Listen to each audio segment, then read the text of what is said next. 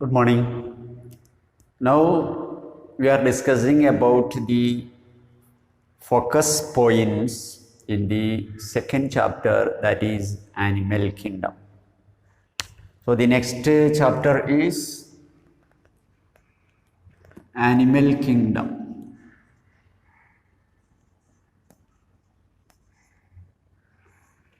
In this chapter, Animal Kingdom, we discussed about three things. Firstly, the basis of classification, and secondly, the different phyla coming under the animal kingdom, and thirdly, the different classes coming under the phylum Chordata. ഇതൊരു കുറച്ച് വലിയ ഒരു ചാപ്റ്ററാണ്. ഈ ചാപ്റ്ററിൽ നമ്മൾ 3 കാര്യങ്ങളാണ് പഠിച്ചത്. ഒന്ന്, ആദ്യത്തിൽ ജീവികളെ വ്യത്യസ്ത ഗ്രൂപ്പുകളാക്കി തിരിക്കാനുള്ള ചില ബേസിക് ഫീച്ചേഴ്സ്, അതാണ് നമ്മൾ ആദ്യം ഡിസ്കസ് ചെയ്തത്. ഓർഗനൈസേഷൻ, സിമ്മട്രി എന്നൊക്കെ പറഞ്ഞിട്ട്. രണ്ടാമത്തെ പാർട്ടിൽ നമ്മൾ ഈ ആനിമൽ കിങ്ഡത്തിലെ വ്യത്യസ്തമായ ഫൈലത്തെക്കുറിച്ച് ഡിസ്കസ് ചെയ്തു. ആ ഫൈലത്തിൻ്റെയൊക്കെ ക്യാരക്ടേഴ്സും അവയുടെ എക്സാമ്പിളും. മൂന്നാമത്, അതിലെ അവസാനത്തെ ഫൈലം കോഡേറ്റയുടെ വ്യത്യസ്ത ക്ലാസ്സുകളെക്കുറിച്ച്, ആ ക്ലാസ്സിലെ ഓരോന്നിൻ്റെയും ഫീച്ചേഴ്സും എക്സാമ്പിളും. ഇത്രയാണല്ലോ നമ്മൾ ഡിസ്കസ് ചെയ്തത്, അല്ലേ, പഠിച്ചത്. അപ്പോൾ അതിലെ ഫോക്കസ് ഏരിയ എന്ന് പറയുന്നത് ഈ 3 പാർട്ടും ചേർന്നതാണ്. ഒന്നാമത്തെ പാർട്ടിലും കുറച്ച് ഫോക്കസ് ഏരിയ ഉണ്ട്, രണ്ടാമത്തതിലുണ്ട്, അതുപോലെ മൂന്നാമത്തതിലുണ്ട്. അപ്പോൾ അതൊന്ന് ഓടിച്ച് പോവുക എന്നതാണ് നമ്മൾ ഈ ക്ലാസ് കൊണ്ട് ഉദ്ദേശിക്കുന്നത്. അപ്പോൾ അതിൽ ഫസ്റ്റിൽ basis of classification. In basis of classification, we have to discuss 3 things which allow the animals classify into different phyla. First one is the symmetry. Basis of classification ആദ്യമായിട്ട് നമുക്ക് ഡിസ്കസ് ചെയ്യാനുള്ളത് സിമ്മട്രിയാണ്. The arrangement of organs in the body, അതാണല്ലോ symmetry എന്ന് പറയുന്നത്. So based on the symmetry we grouped the animals into 3. ഏത് ഓർമ്മയുണ്ട് അതൊക്കെ? One is asymmetric animals. എന്താ അസിമെട്രിക് എന്ന് പറഞ്ഞാൽ? The animals in which body cannot be divided into 2 equal halves by cutting through any central axis. Central ആക്സിസിലൂടെ എങ്ങനെ cut ചെയ്താലും 2 equal halves കിട്ടൂല. അങ്ങനെയുള്ള ബോഡിയുള്ള ആനിമൽസിനാണ് അസിമെട്രിക് ആനിമൽസ് എന്ന് പറയുക, അല്ലെങ്കിൽ അങ്ങനെയുള്ള ബോഡിക്കാണ് അസിമെട്രിക് ബോഡി എന്ന് പറയുക. മനസ്സിലായില്ലേ?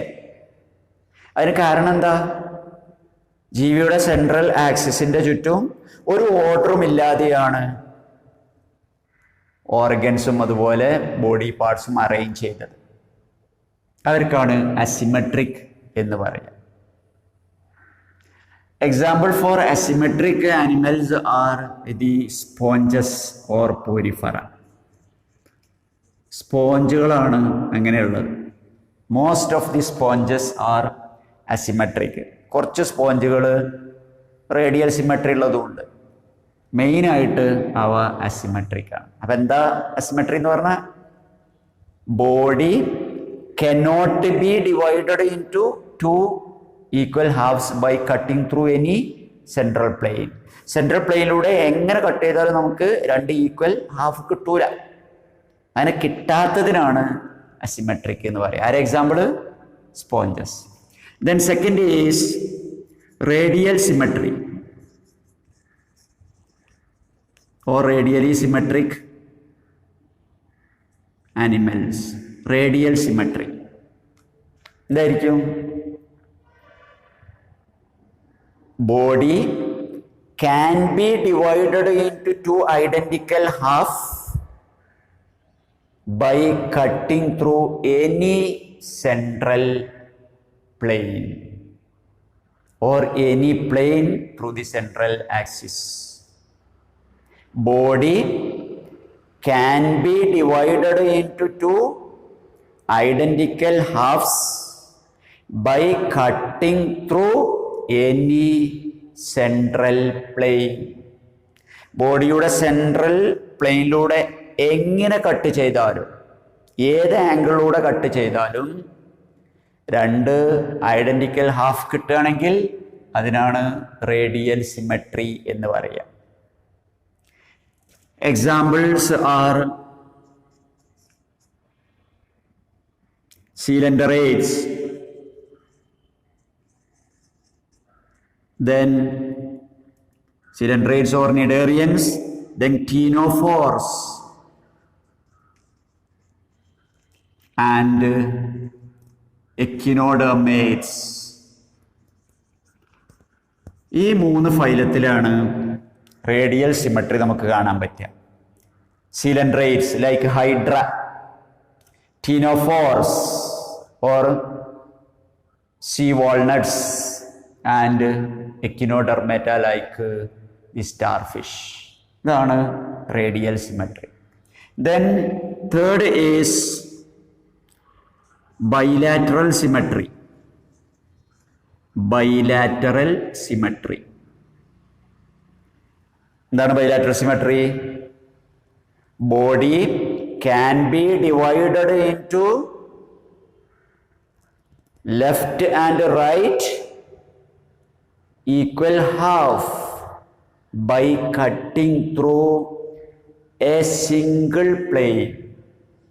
ഒരു സിംഗിൾ പ്ലെയിനിലൂടെ മാത്രം കട്ട് ചെയ്താൽ രണ്ട് ഐഡന്റിക്കൽ ഹാഫ് കിട്ടും.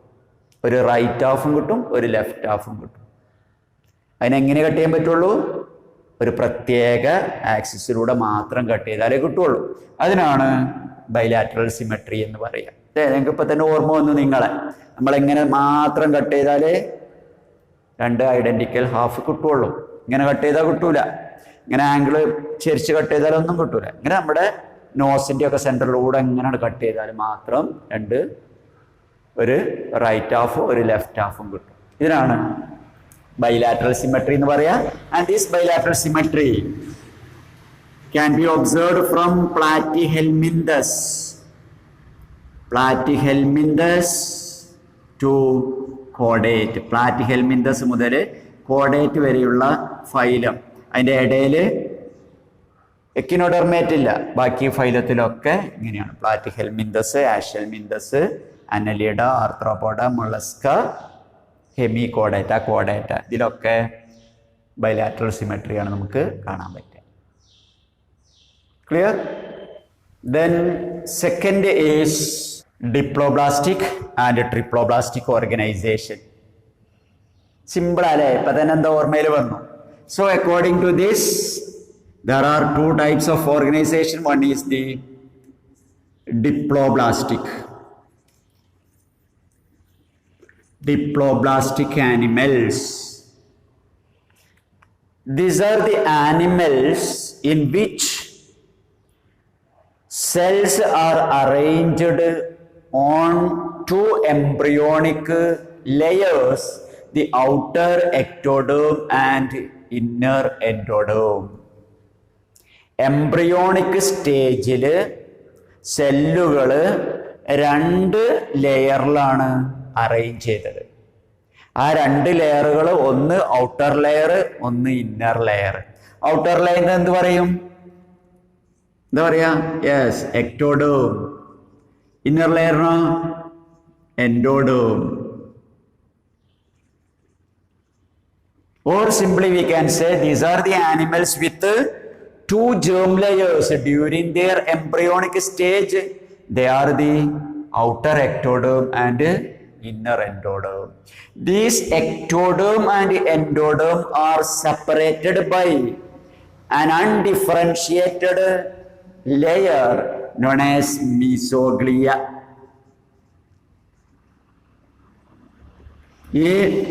രണ്ട് സെൽ ലെയേഴ്സിനെയും തമ്മിൽ സെപ്പറേറ്റ് ചെയ്യാൻ വേണ്ടി അതിൻ്റെ ഇടയിൽ ഒരു ജെല്ലി സബ്സ്റ്റൻസ് കൊണ്ട് ഒരു സെപ്പറേഷൻ ഉണ്ട്. ആ ലെയറിനാണ് മീസോഗ്ലിയ എന്ന് പറയുക. അതിൽ സെല്ലുകളൊന്നുമില്ല. ഇതാണ് diploblastic with 2 germ layers. What are the 2? Ectoderm and endoderm. Then the example for this diploblastic animal is again the Coelenterata. Coelenteratiലാണ് ഇങ്ങനെ 2 germ layers നമുക്ക് കാണാൻ പറ്റുക. Then second is triploblastic. എന്തായിരിക്കും? ആ പേര് തന്നെ അറിയാലോ അല്ലേ? ആനിമൽസ് വിത്ത് 3 germ layers. 3 germ layers. ഏതൊക്കെയാണ് 3 germ layers?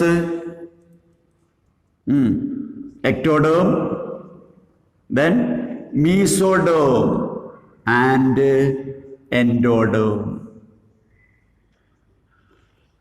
They have 3 germ layers during their embryonic stage. They are ectoderm, mesoderm and endoderm.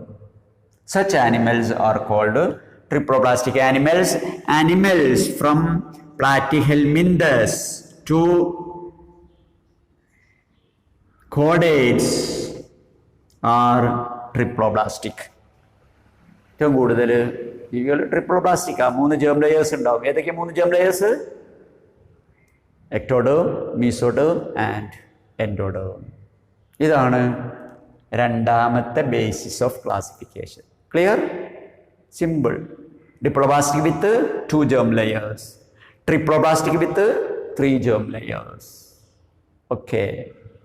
Then third is coelom. Coelom. The space between body wall and gut wall is called body cavity. Cavity inside the body is called body cavity. Body വാളിൻ്റെയും alimentary കനാലിൻ്റെയും ഇടയിലുള്ള സ്പേസിനാണ് body cavity എന്ന് പറയുക. ആ സ്പേസിലാണ് internal organs ഒക്കെ ഉണ്ടാവുക.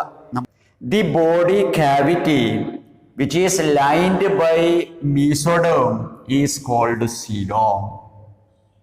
Body cavity lined by mesoderm. Body കാവിറ്റിക്ക് മീസോഡേമിന്റെ ഒരു ലൈനിങ് ഉണ്ടെങ്കിൽ അങ്ങനെയുള്ള ബോഡി കാവിറ്റിക്കാണ് എന്ത് പറയാ? coelom എന്ന് പറയാം. So coelom is the body cavity which is lined by mesoderm or mesodermal epithelium. നമ്മൾ പഠിച്ചതാ മുമ്പ്. Based on this, animals are divided into 3. One is coelomate. ഇതായിരിക്കും ആനിമൽസ് വിത്ത് coelom. coelom ഉള്ള ആനിമൽസിന് they have a body cavity which is lined by mesoderm.